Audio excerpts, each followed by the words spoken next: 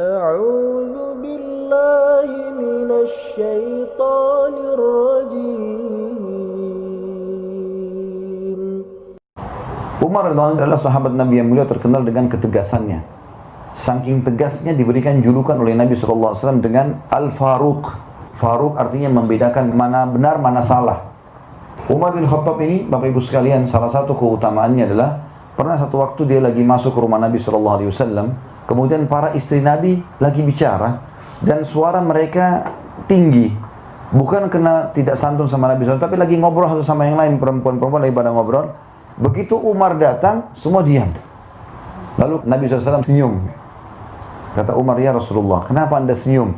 Semoga Allah membuat anda selalu senyum."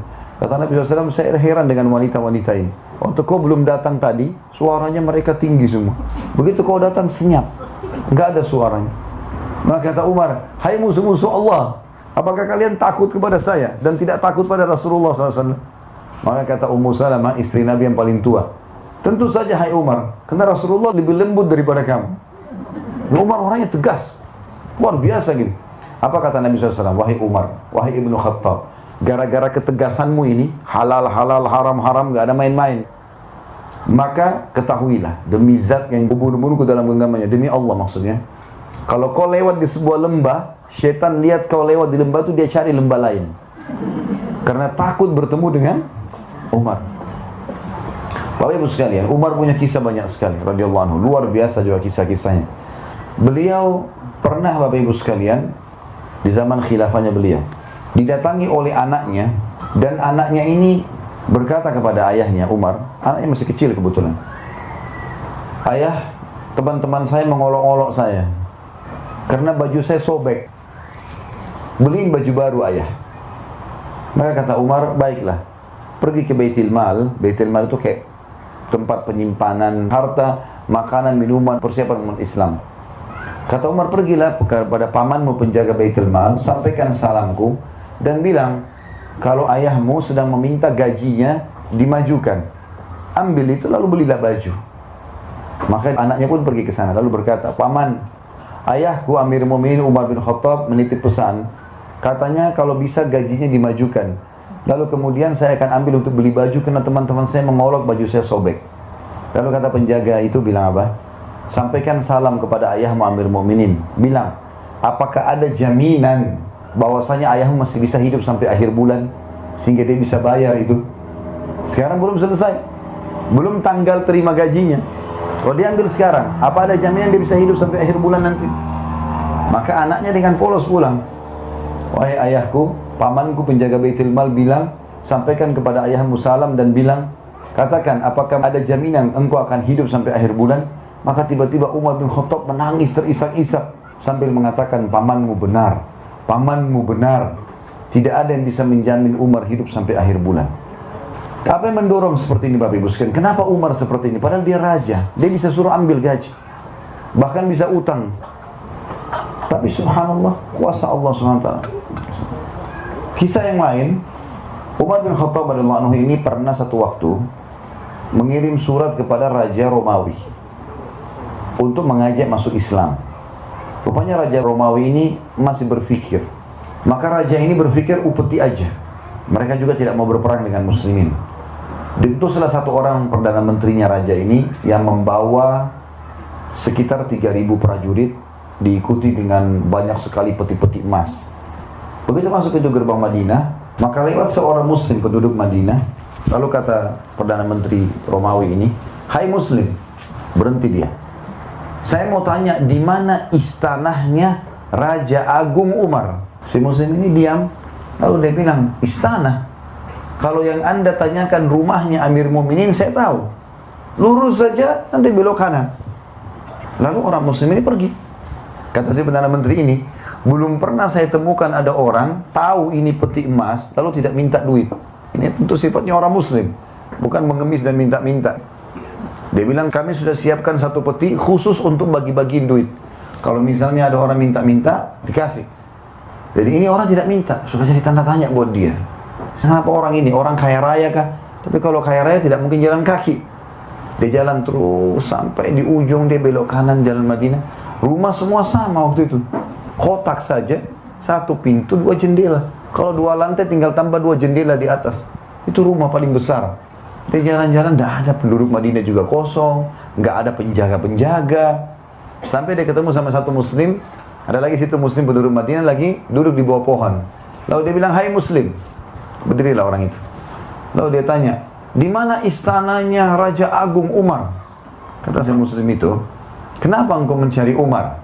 Dia bilang, ada surat datang Raja Agung Umar kepada Raja kami Romawi, mengajak kami masuk Islam. Dan Raja kami masih menolak, maka kami membawa ini upetinya. Kami akan bayar. Lalu orang itu pun melihat kiri kanan, dia lihat banyak sekali peti. Ini orang lagi bicara sementara dia di bawah, Perdana Menteri di atas kuda ya. Kata orang itu, bagaimana kalau yang di depanmu ini Umar? Maka orang itu bingung, apakah anda betul Umar? Kata dia, iya, saya Umar. Turunlah Perdana Menteri ini, begitu menghadap depan Umar, lalu dia mengatakan, asyhadu an la ilaha illallah wa anna Muhammad Rasulullah. Masuk Islam. Kata Umar, kenapa kau masuk Islam? Dia bilang, saya sudah lama dengar nama anda, dan saya sekarang baru tahu kenapa orang-orang di negeri saya kalau dengar nama anda, saya sudah ketakutan. Anda di sini ngapain? Di bawah pohon Amir Mu'minin. Dia bilang, saya lagi tunggu baju saya dicuci. Umar bilang, dia cuci bajunya sendiri, dia gantung depan rumah. Saya lagi tunggu kering.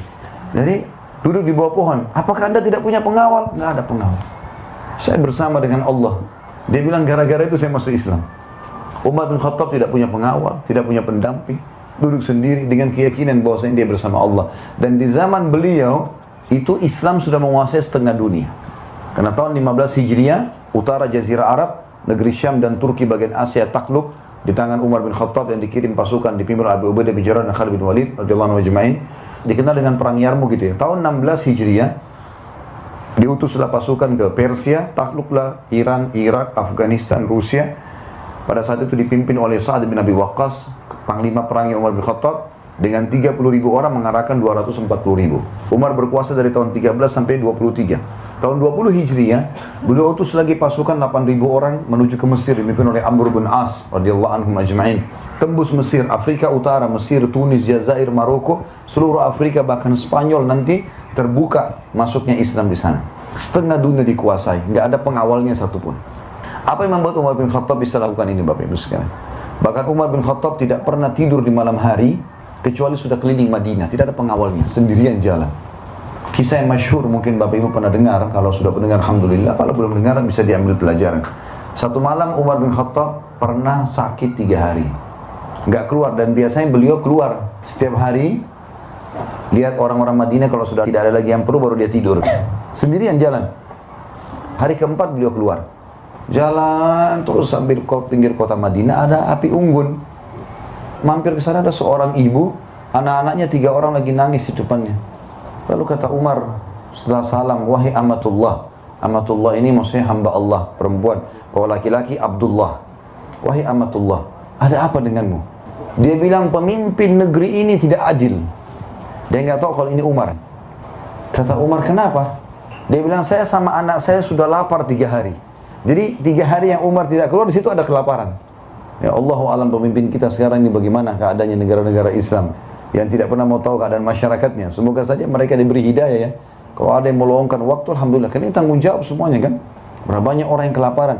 Umar 3 hari nggak keluar sudah ada orang kelaparan. Dan orang ini sudah langsung memvonis Umar tidak adil. Dia tidak tahu kalau ini Umar. Kata Umar, lalu apa yang kau masak? Diangkat pancinya, batu. Batu dimasak dengan air. Kenapa kau masak batu, hai ibu? Dia bilang, supaya anak-anak saya mengira saya masak.